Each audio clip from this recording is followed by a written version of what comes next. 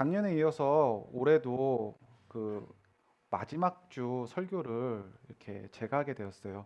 좀 마지막 주 설교는 언제나 좀 이렇게 부담스러운데 오늘은 또 새로운 얼굴이 있어서 조금 더 부담스러운 것 같아요.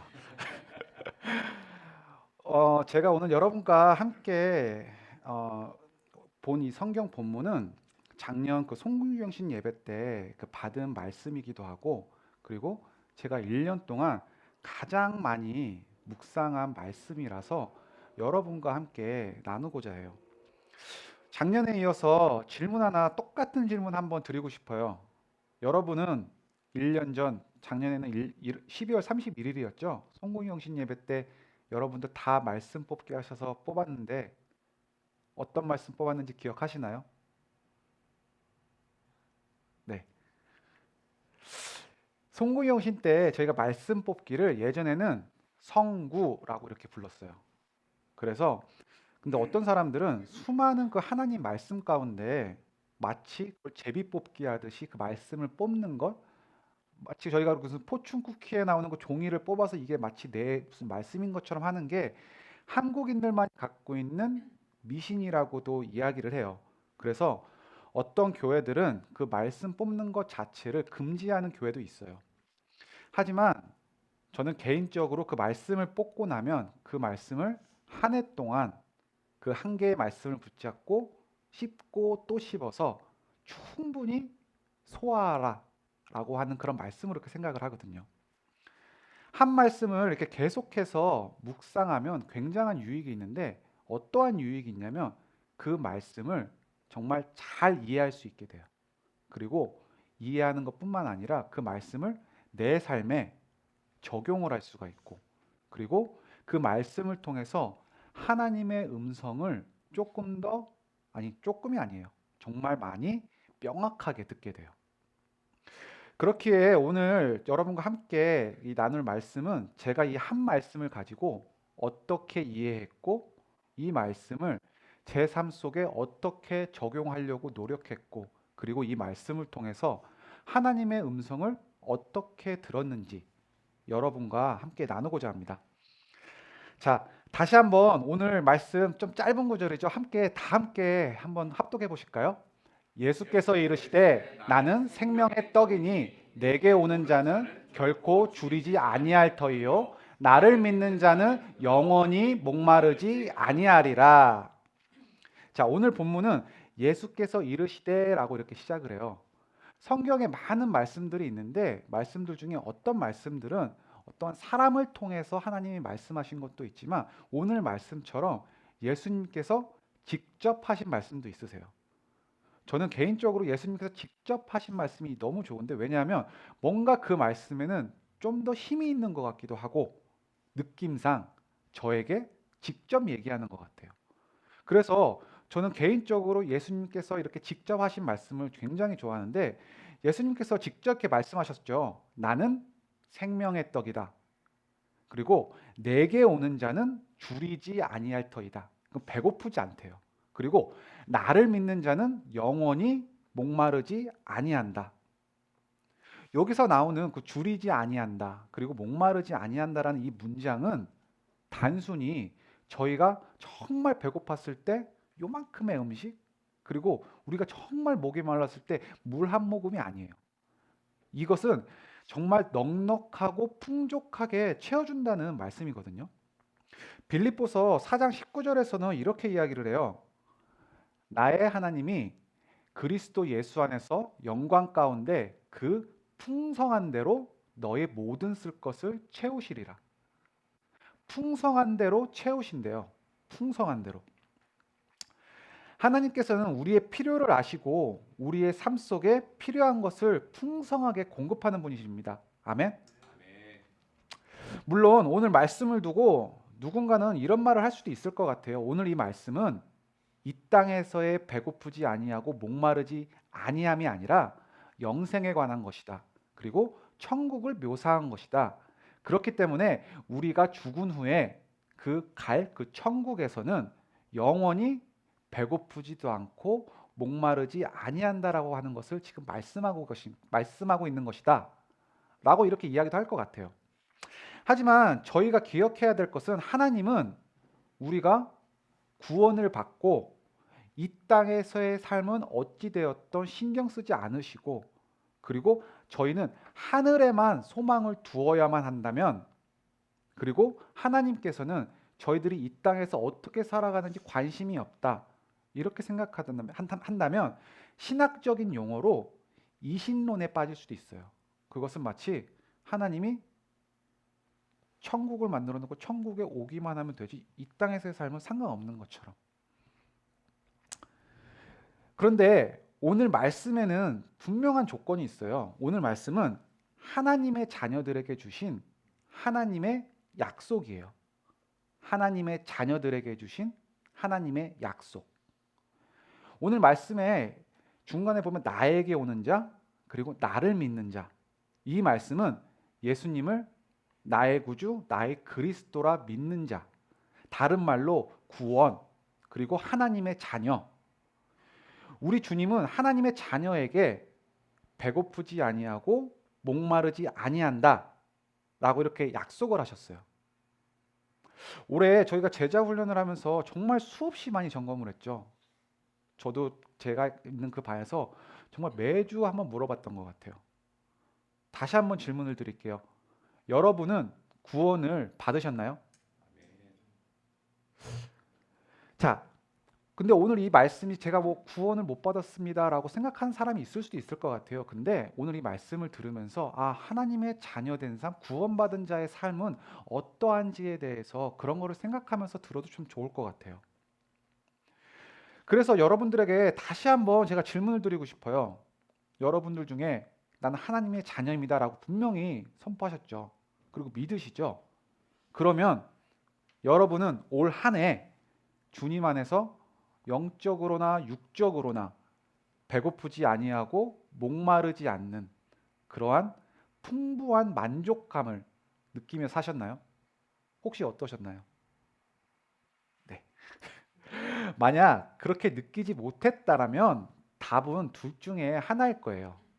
그게 뭐냐면 우리는 아직 하나님의 자녀가 아니거나, 아니면 하나님은 거짓말을 하시거나. 오늘 말씀이 하나님의 약속이라고 했잖아요. 하지만 하나님은 거짓말을 하지 않으세요.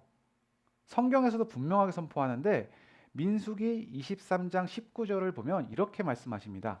하나님은 사람이 아니시니 거짓말을 하지 않으시고 인생이 아니시니 후회가 없으시도다. 어찌 그 말씀하신 바를 행하지 않으시며 하신 말씀을 실행하지 않으시랴라고 이렇게 이야기를 해요. 하나님은 거짓말을 하지 않으시고 약속을 꼭 지키세요.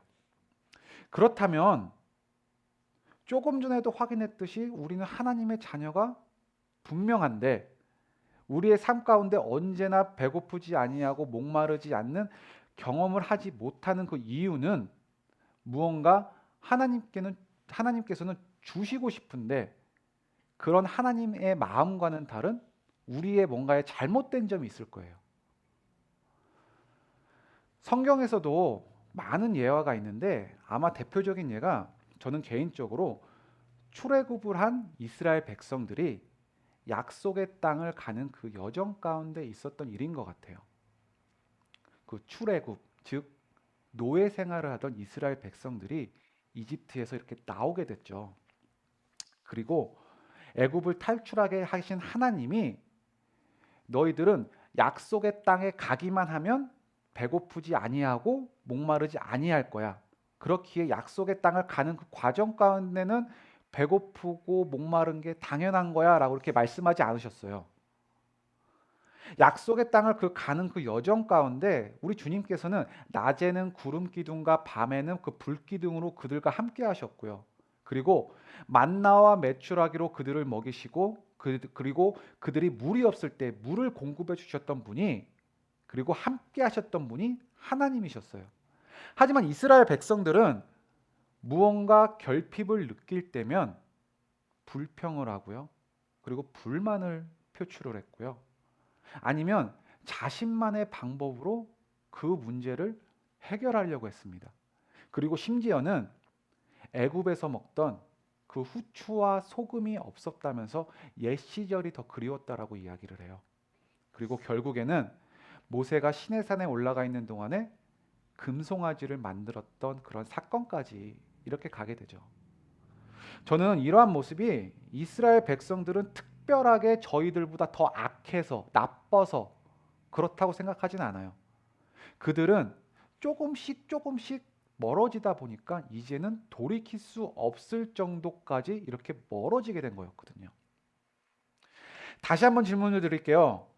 저희는 출애굽을 한 이스라엘 백성과 같이 하나님의 자녀입니다. 아멘? 그리고 저희는 출애굽한 이스라엘 백성들이 약속의 땅을 향해 달려가는 것처럼 영원한 본향을 향해 지금도 달려가고 있습니다. 아멘? 그렇다면 여러분은 올 한 해 분명하게 하나님께서 주신 그 약속을 붙잡고 그 배고프지 아니하고 목마르지 아니하는 경험을 했어야만 함에도 불구하고 그렇지 않은 이유가 무엇이었을까요? 뭐 개인마다 성향이 다르고 그리고 개인마다 그 상황이 다르기 때문에 각자의 이유가 있을 것 같아요. 저는 개인적으로 올 한 해 오늘 함께 보신 그 요한복음 6장 35절의 말씀을 붙잡고 영적으로나 육적으로나 배고프지 아니하고 목마르지 않는다는 그 이 말씀을 정말 너무나도 경험하고 싶었어요. 그런데 이렇게 한 해를 이렇게 뒤돌아보면 저는 그 풍요함을 그렇게 많이 누리지는 못했던 것 같아요. 분명 순간순간은 누렸던 것 같은데 항상 누리지는 못했던 것 같아요. 그 이유가 한번 제가 생각을 해봤는데 저에게는 두 가지 키워드가 있었던 것 같아요.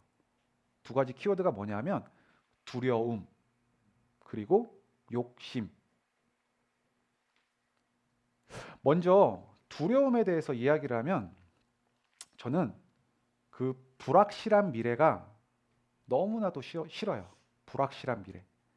조금 더 쉽게 이야기를 하면 노후 대책이라는 그 단어만 생각하면 너무나도 좀 힘들고 두려워요. 뭐 벌써 웃으시는 거 보니까 공감하시는 건가요? 뭐 여기 계신 친구들은 뭐 그 말이 공감이 안 갈 수도 있어요. 뭐 저는 뭐 예를 들어서 뭐 이런 생각을 누구나 하는 것 같아요. 내가 나이가 들었을 때 실질적으로 통장에 얼마간의 돈이 있으면 좀 이렇게 안심이 될까? 여러분은 얼마의 돈이 있으면 안심이 될 것 같으세요? 아니 목돈이 없더라도 일을 할 수 없을지라도 얼마간의 돈이 매달 나한테 들어와야만 내가 이렇게 안심할 수 있을까? 아직 그런 게 준비가 안 돼서 그런지 저는 그게 너무나도 불안해요. 이거는 어떻게 보면 나이가 들어가면 갈수록 더 커지는 것 같아요. 저는 재정 문제로 인한 어려움을 경험으로 알아요. 제가 어렸을 때 그 한국에는 IMF가 있었죠. 그때 부모님이 사업에 부도가 났어요. 그리고 여러 가지 이유로 뭐 부모님은 이혼하게 되시고 그리고 어쩜 그렇게 때마침 아무런 노후 대책이 없던 저희 할머니는 암에 걸리셨어요. 그러니까 병원비가 정말 많이 들어가잖아요. 그것 때문에 점점 할머니와 그 주변에 있는 가족들이 흔히 얘기하는 초토화가 됐어요. 재정 문제로 인해서. 과거에는 남자의 자존심 그리고 자신감, 그 안정감은 지갑에서 나온다, 이 돈에서 나온다라는 말을 굳게 믿었던 적도 있어요. 하지만 이제는 주님 안에서 그 가치관과 그 생각이 많이 바뀌었음에도 불구하고 여전히 저는 미래를 대비해야 되는 것은 아닌가 하는 그런 두려움이 있어요. 여러분도 알다시피 저는 스시집에서 이렇게 일을 하잖아요. 보통 하루에 9시간에서 10시간을 일을 해요. 그리고 하루 종일 서서 일을 해요. 그리고 이렇게 꾸부정한 자세로 요 보단에서 칼질을 이렇게 하면서 하루 종일 그렇게 일을 해요.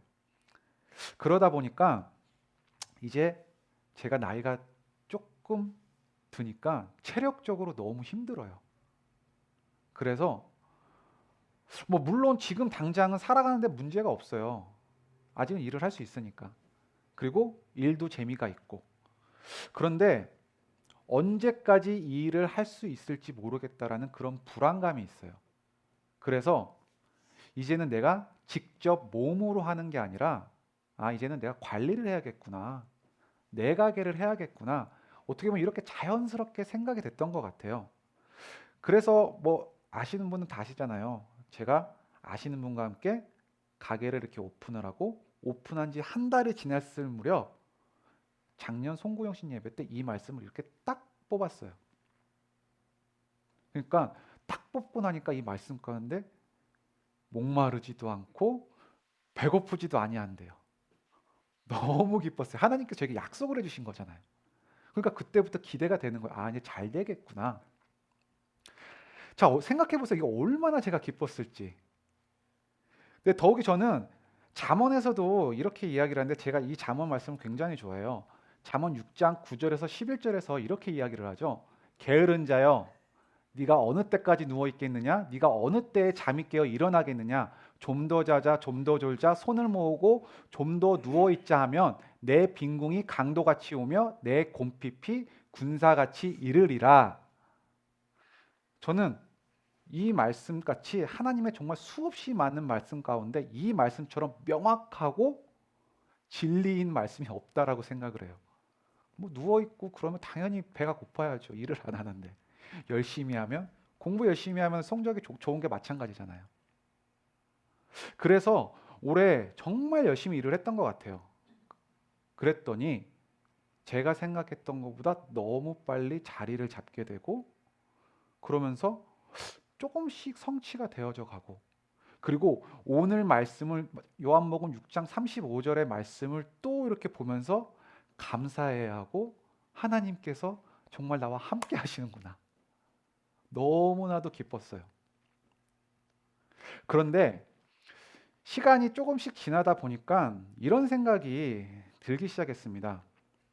내가 너무 많은 시간을 지금 일을 하고 있는 것은 아닌가?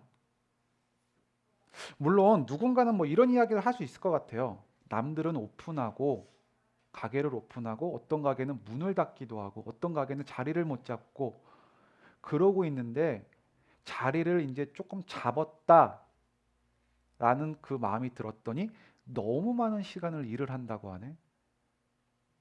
이거 배부르지 않고 목마르지 않다고 했더니 이제는 배가 불러서 먹기도 싫어하네. 제가 이렇게 생각하게 된 계기는 오늘 이 말씀이 요한복음 6장 35절의 이 말씀이 저희가 한 구절만 읽었지만 요한복음 6장의 말씀을 전체적으로 보면 이 말씀은 오병이어 사건 이후 예수님을 따르는 무리들에게 향한 예수님의 말씀이었어요. 그런 기적을 보고 난 후에 몇 명이 예수님을 따랐는지 모르겠지만 많은 무리가 예수님을 지금 따라왔다라고 이렇게 이야기를 해요. 근데 그 따라오는 무리들을 향해서 예수님께서는 어떻게 말씀을 하셨냐면 너희들이 나를 찾는 것은 표적을 본 까닭이 아니요 떡을 먹고 배부른 까닭이로다라고 이야기를 해요. 표적을 보고 온 게 아니라 너희들이 배고플 때 내가 이렇게 떡을 줘서 너희들이 배가 부르니 너희들은 나를 따라오는 거잖아. 그리고 요한복음 6장 27절에서 이렇게 이야기를 해요. 썩는 양식을 위하여 일하지 말고 영생하도록 있는 양식을 위하여 하라. 이 양식은 인자가 너희에게 주리니 인자는 아버지 하나님께서 인치신 자니라. 썩는 양식을 위하여 일을 하지 말래요. 이때부터 저의 두 번째 키워드인 욕심이라는 단어가 이때부터 등장을 하게 돼요. 그전에는 두려웠어요. 그러다 감사했어요. 이제는 근데 욕심이라는 단어가 생기기 시작을 해요.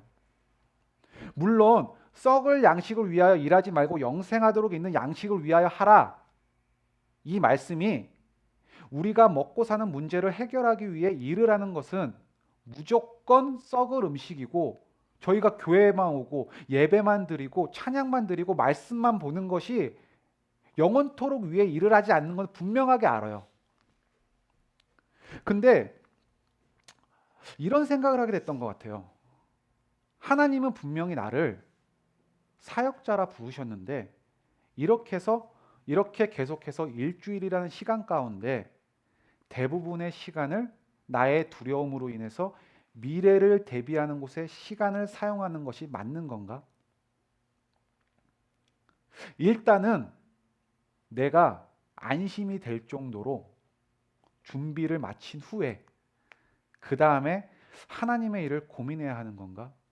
왜냐하면 늦으면 늦을수록 준비가 더 안 될 것 같은 저는 그런 두려움이 있었거든요.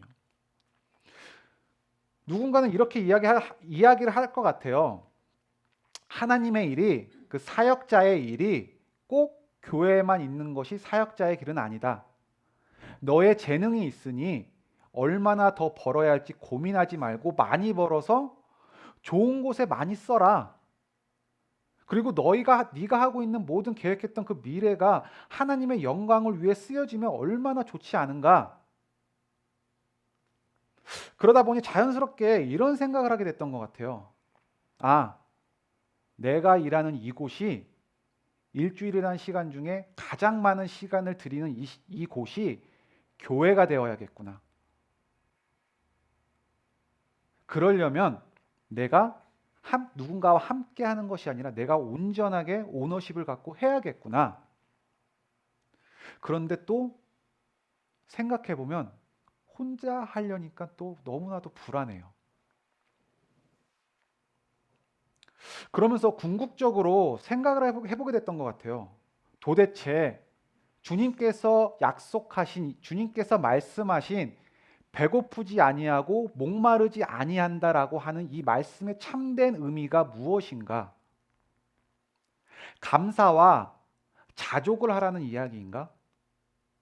미래를 위해 대비해야 하는 이 두려움은 마태복음 6장 34절의 말씀과 같이 내일을 위하여 염려하지 말라. 내일 일은 내일이 염려할 것이요 한날의 괴로움은 그날로 족하리니라 라는 말씀과 같이 그저 하루하루 주어진 일에 최선을 다해야 하는 건가? 그렇다면 도대체 나의 욕심은 무엇인가? 전 누가 이걸 좀 정해줬으면 좋겠어요. 여기까지 내가 돈이 있으면 욕심이고 여기까지 없으면 아니죠. 여기까지 이상을 넘어가면 욕심이다. 누군가 좀 정해줬으면 좋겠어요. 저는 어떤 우아하게 가난해지는 법의 책을 쓰신 분은 이렇게 정의를 내리기도 했어요. 너희들이 가진 것보다 덜 원하면 부자고 가진 것보다 더 원하면 그거는 가난이다.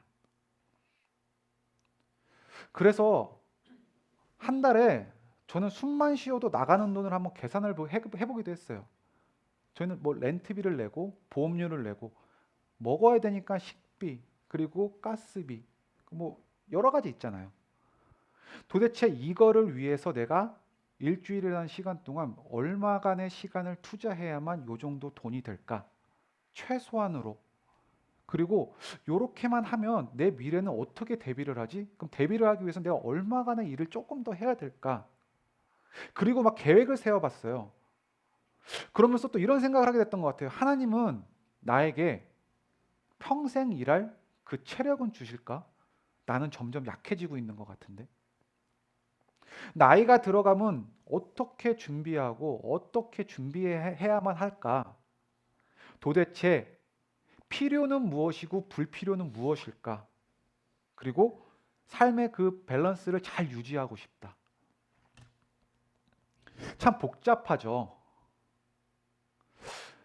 이렇게 복잡한 마음을 품고 답답한 마음으로 있으니까 하루하루 일을 하면서 오는 그 즐거움보다는 이제는 막 불편해요.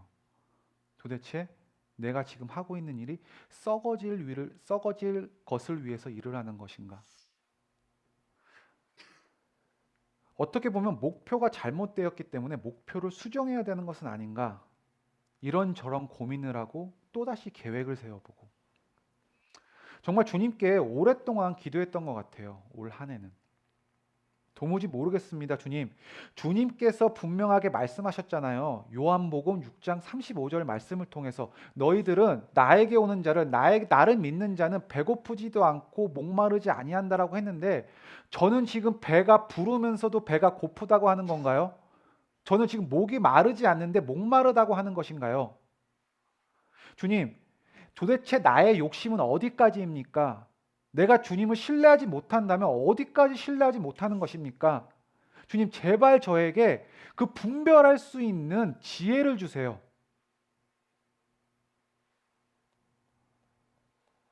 근데 매일매일 이렇게 좀 답답했던 것 같아요. 하루하루 살면서도 답답했는데 그날도 저는 오늘 이 말씀을 붙잡고 계속해서 기도드리는데 주님께서는 분명하게 저에게 말씀해 주시는 거예요.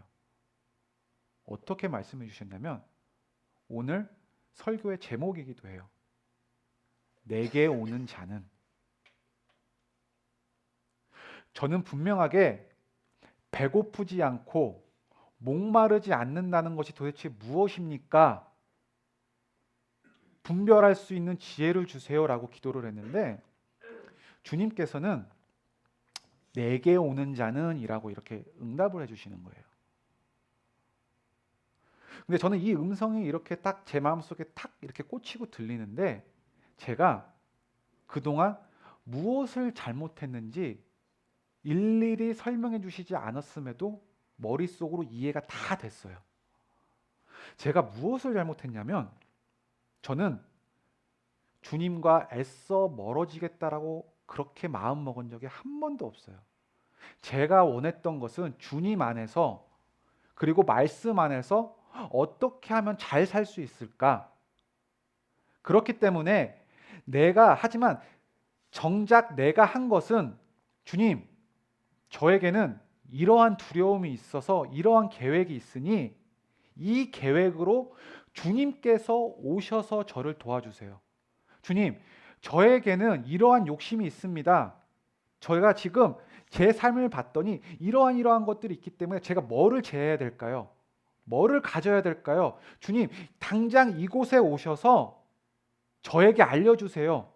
라고 기도를 하고 있는데 우리 주님께서는 나에게 오라고 하세요.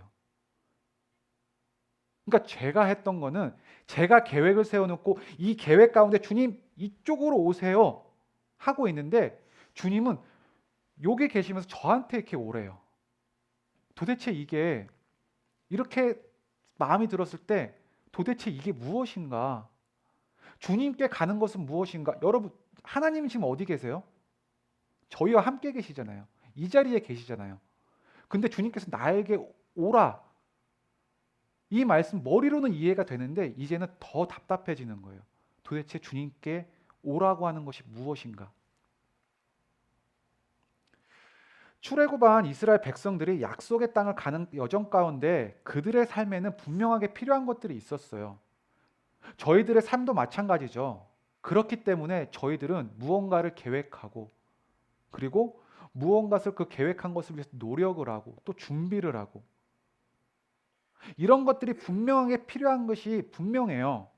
하지만 주님께서 우리에게 말씀해 주시는 것은 우리의 계획과 우리의 열심 그리고 우리의 노력 가운데 주님을 초대하는 것이 아니라 저희가 주님한테 가야 된다라고 이야기를 해요.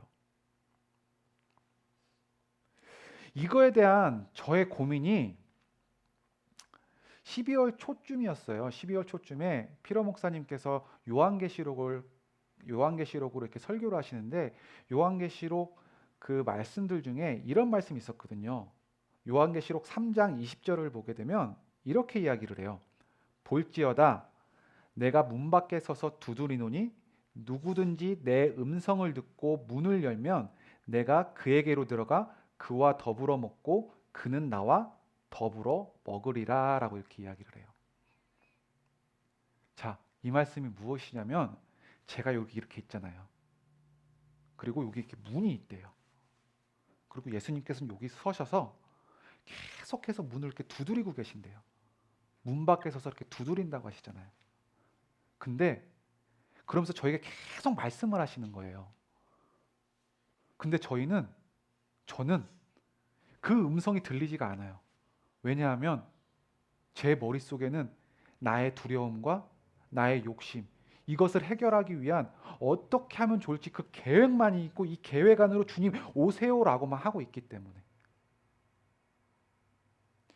정작 우리가 해야 될 것은 이 계획이 아니라 문을 두드리시는 주님을 바라보고 주님의 음성을 들어야만 함에도 불구하고 제 계획으로 가득 차 있었던 것.